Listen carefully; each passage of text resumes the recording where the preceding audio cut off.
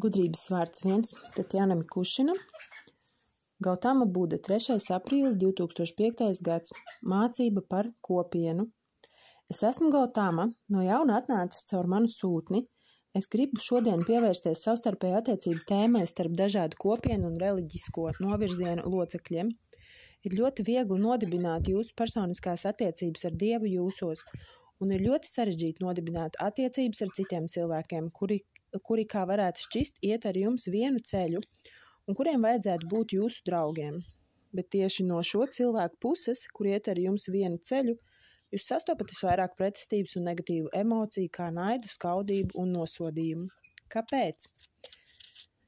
Daudz no jums ir sev to jautājuši, un daudz no jums ir mēģinājuši atrast uz to atbildi, bet velti. Jūsu ceļa biedri ceļā patiesībā ir jūsu karmiskie partneri.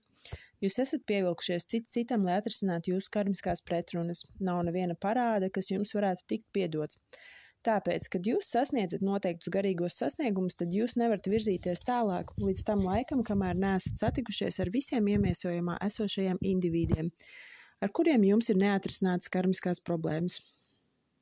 Tāpēc no vienas puses jūs nokļūstat tādu cilvēku sabiedrībā, kas pietuvojušies mācībai, vēlēdamies sasniegt apskaidrību dievišķās patiesības izzināšanā.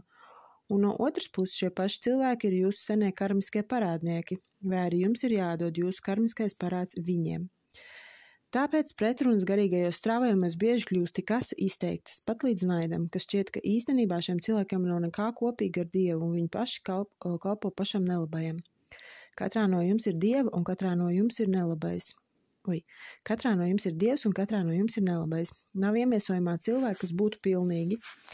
Lai iemiesotos jūsu pasaulē pašai pilnībā, ir brīvprātīgi jāuzkrauj sev tādas šai planētai piemītošas karmiskās problēmas, kas satiekoties ar šo dievišķo pilnību iemiesojumā, jūs domāsiet, ka esat satikušies ar pašu nelabo. Patiesībā pilnīgākās dvēseles atnākušas iemiesojumā cenšas uzņemties pēc iespējas lielāku citiem cilvēkiem piederošu karmisko bagāžu, lai atvieglotu viņiem nastu. Tāpēc šodien es dodu jums šo mācību un šo izpratni par cilvēku sadarbību kopienas iekšienē un par to, kāpēc daudz cilvēku sastapušies acis pret aci ar daudzām kopienai piemītošajām problēmām uzskata, ka par labāku aiziet un meklēt citu kopienu ar mazākām problēmām un lielāku līdzsvarotību un sabalansētību savās izpausmēs. Turklāt, cilvēki aizmirst, ka atbilstoši savu vibrāciju kvalitātei, viņus pievilks tieši tā cilvēku grupa, kas var dot viņiem visātrāko karmisko parādu atstrādāšanas iespēju. Ne visas nepilnības jūs varat pārvarēt, izmantojot lūgšanas un citas garīgās prakses. Daļu no šīm nepilnībām var pārvarēt tikai satiekoties dzīvē ar to cilvēku, ar kuru jums ir karma, un izstrādāt šo karmu ar tiešu saskari un konflikta atrisināšanu, un šī konflikta pārvarēšanu vispirms savā paša apziņā. Tāpēc nekad nav vērts dusmoties vai sašust, ja kāds no jūsu brāļiem ceļā pēc jūsu domām izrīkojas ar jums netaisnīgi. Jums ir iespēja atdot šim cilvēkam savu karmisko parādu vismaigākajā veidā, no visiem iespējamiem.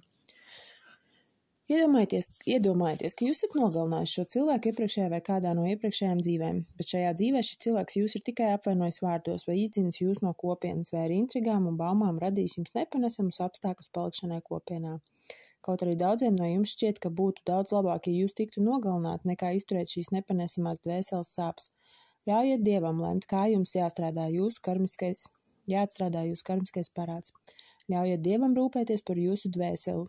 Ticiet, ka jūs saņemsiet tieši tos pārbaudījumus savā dzīvē un sastopaties tieši ar tām situācijām, kas vislabāk veicina jūsu tālāko virzību ceļā.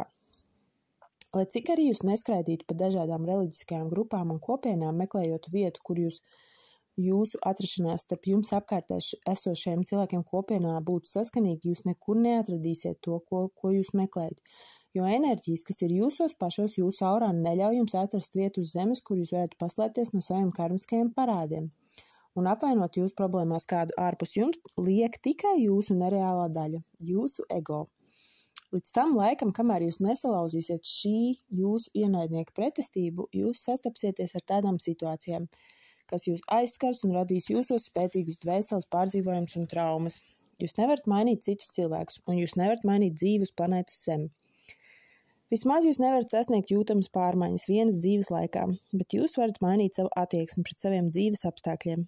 Jūs varat mainīt attieksmi pret tiem cilvēkiem, kuri jūs apvaino vai kuru rīcība pret jums ir nosodāma. Ja jūs esat zelts, tad lai arī kādos dubļos jūs nenokļūtu savas dzīves laikā, lai kā arī jūs nenosauktu jūsu pārdarītāju, jūs tik un tā paliksiet zelts. Un katrs no jums ir tāds zelta tīradnis, jūsos ir pati pilnība.